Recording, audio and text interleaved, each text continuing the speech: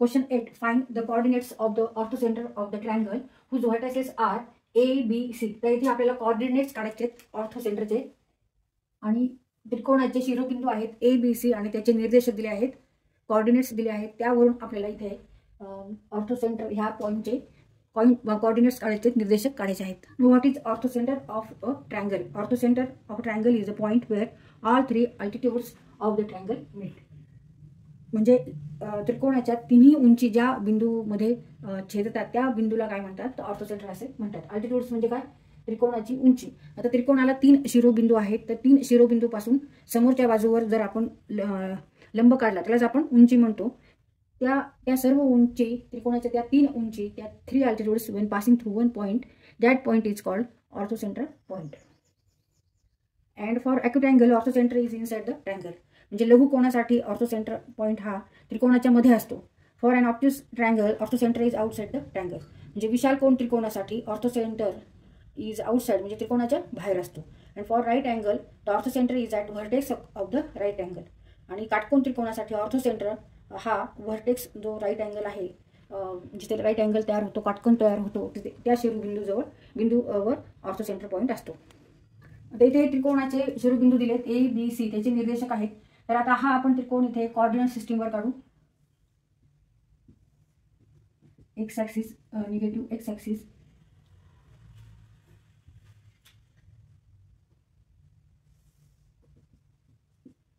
y axis, negative y axis. O is here, origin having coordinate 0 and 0. तिथे A point, B point आणि C point ह्या coordinate सिस्टीमवर आपण locate करू.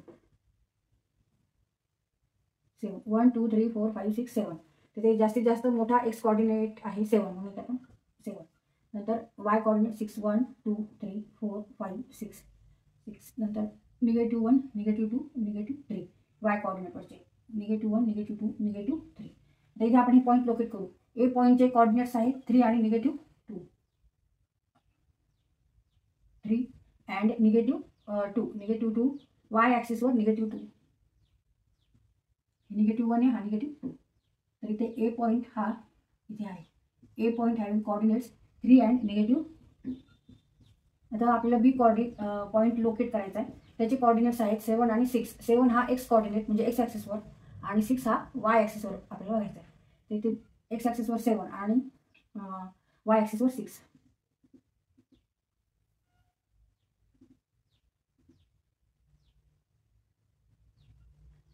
तर इथे हा पॉइंट आहे B हॅविंग कोऑर्डिनेट 7 अँड 6. तर C हा आपला कोऑर्डिनेट लोकेट करायचे. त्याचे कोऑर्डिनेट्स आहेत -2 आणि 1. -2 इज x कोऑर्डिनेट, म्हणजे -1 इज x कोऑर्डिनेट आणि y coordinate 2 1 2. Therefore point is here having coordinate -1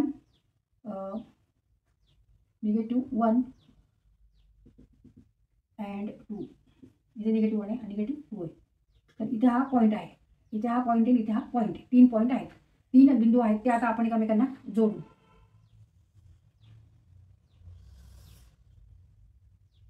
तिथे असा हा ट्रायंगल झालेला आहे, ट्रायंगल ABC. तर इथे आपल्याला प्रत्येक बाजूवर उंची काढायची आहे. उंची काढण्यासाठी आपण काय करत असतो? शिरोबिंदूपासून समोरच्या बाजूवर लंब टाकत असतो. आता तो आपण लंब टाकू. इथे आपण हे हातानेच लंब टाकले. तर ह्या बिंदूपासून ह्या AC याच्यावर आपण लंब टाकला. इथे 90 अँगलचा कोन आहे, 90 अंशाचा कोन आहे इथे, 90 अँगल डिग्री. तसंच ह्या शिरोबिंदूपासून ह्या रेषेवर हा लंब आहे.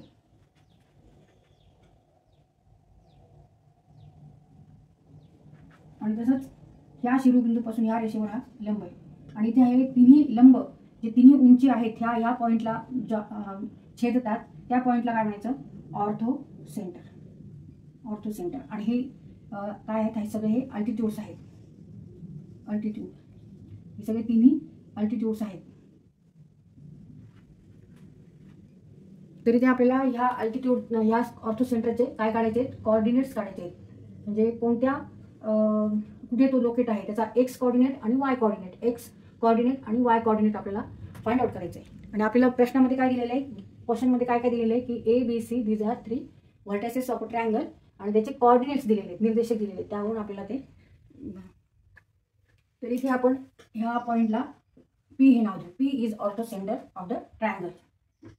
Let point P is orthocenter of triangle ABC. तर कोणत्याही असं पॉईंटचे जेव्हा आपल्याला कोऑर्डिनेट्स काढायचे असतात तेव्हा आपल्याला दोन इक्वेशन माहित हवेत, सायमल्टेनियस इक्वेशन. सायमल्टेनियस इक्वेशन आधी आपल्याला फाइंड आउट करायचं आहे. म्हणजे कोणतेही दोन आपण अल्टिट्यूड्स घेऊ आणि त्याचे आपण इथे इक्वेशन फाइंड आउट करू. आता हा अल्टिट्यूड आहे, ह्याचं इक्वेशन फाइंड आउट करू आणि हा अल्टिट्यूड आहे, ह्याचं इक्वेशन फाइंड आउट करू. आता ह्याचं इक्वेशन फाइंड आउट करण्यासाठी आपल्याला काय करावं लागेल, आधी ह्या AC ह्या बाजूचं आपल्याला इक्वेशन फाइंड आउट करायचं आहे. आणि तर इथे आपण आधी ACचा स्लोप काढू, मग त्यावरून आपल्याला ह्या अल्टिट्यूडचा स्लोप काढता येईल. कारण आपल्याला माहिती आहे की when two lines are perpendicular और when two sides are perpendicular then multiplication of their slope equal to -1. म्हणजे जर ह्याचा स्लोप जर माहिती आहे तर आपण ह्या रेषेचा स्लोप काढू शकतो.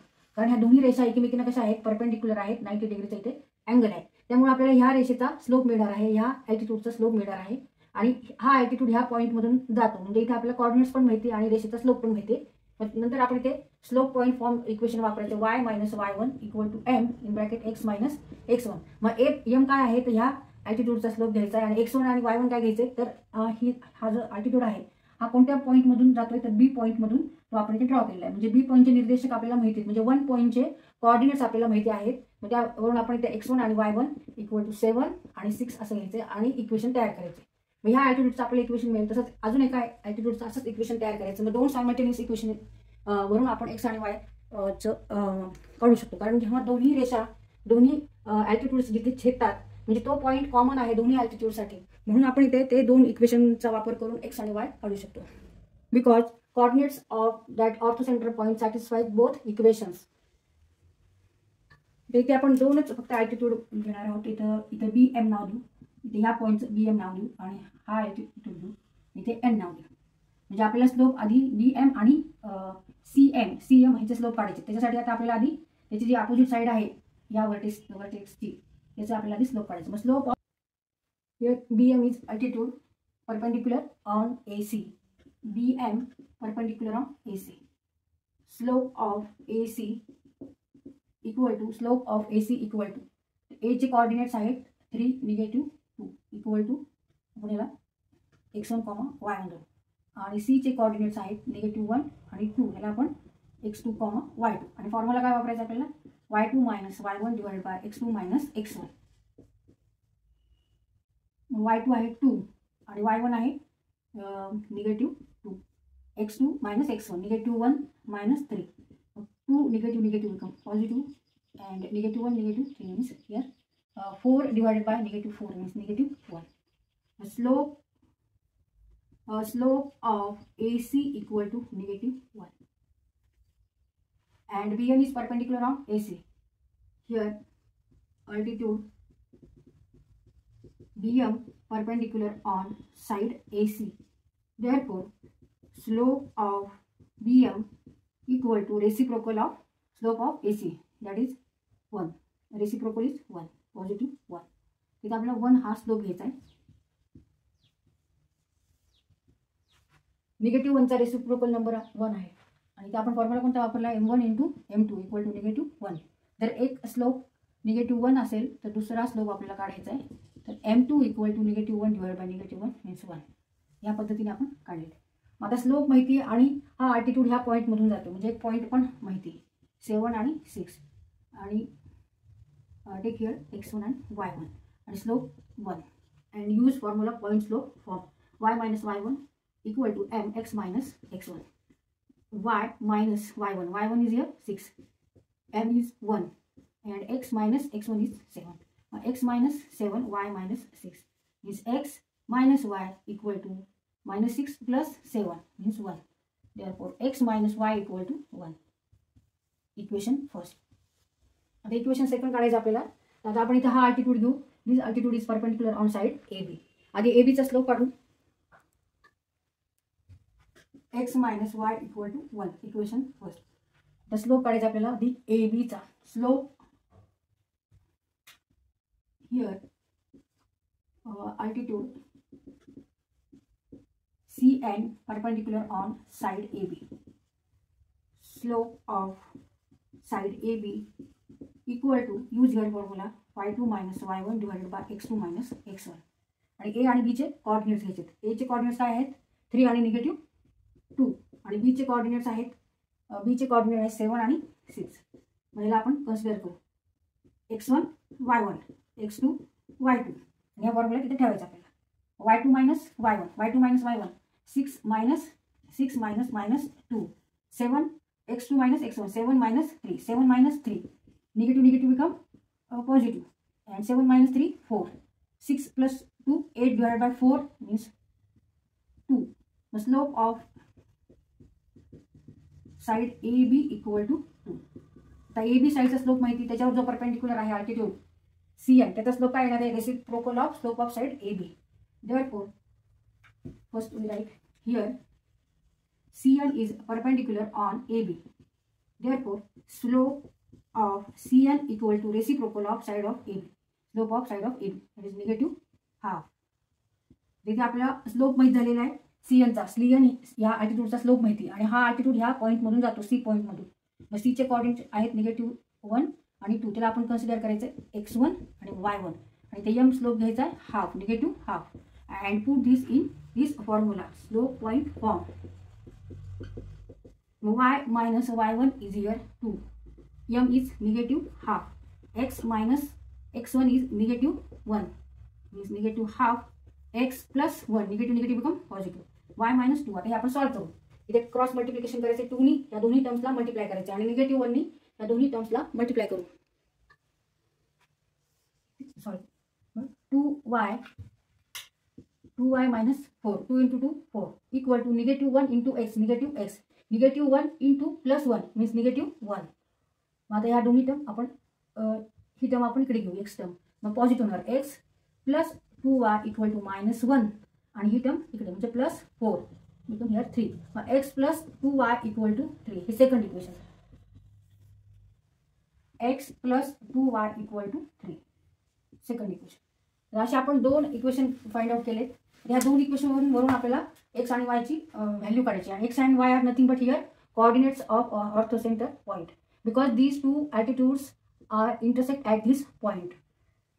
त्यामुळे आपण हे दोन्ही इक्वेशनचा वापर केलेला. आधी आपण इक्वेशन काढून घेतले दोन्ही अल्टिट्यूडचं आणि ते आपण आता सॉल्व्ह करतो. त्यावरून x आणि y आपल्याला लिहिणार आहेत. आता इथे x आहे इथे x आहे. डिलीट करण्यासाठी काय करावं लागेल equation first minus equation second करू. x minus y equal to 1 x plus 2y equal to 3. आता इथे मायनस करायचं सबट्रॅक्ट करायचं वजाबाकी करायची चिन्ह बदलायची. इथे प्लस आहे काही नाही तर प्लस झाले किंवा प्लस तर आपण इथे मायनस घेतलं प्लस तर मायनस आणि इथे पण मायनस घ्यावं लागेल. आता हे सॉल्व्ह करू. -y and -2y इथे x मायनस x 0 येणार. -y -2y -2y -2y means -3y and 1 -3 means -2 येणार आहे. 1 -3 -2 -2y -2y means -3y. Therefore y equal to -2 divided by -3 or -2 divided by -3 means 2/3. मग y ची आपल्याला व्हॅल्यू निघाली किंमत निघाली y equal to 2/3 म्हणजे y कोणत्या पॉइंट आहे त्याचं कोऑर्डिनेट्स काय आहे y कोऑर्डिनेट 2/3. मग 2/3 y निघाला आहे तर इथे कोणत्याही एका इक्वेशन मध्ये आपण y ची व्हॅल्यू ठेवू आणि x काढू. x minus y equal to 1. Therefore x equal to 1 plus y. 1 plus y is 2/3 means 3 plus 2 divided by 3 means 5/3. x equal to 5/3. x coordinate निघाला y coordinate आहे. These two are nothing but coordinates of the ortho center point.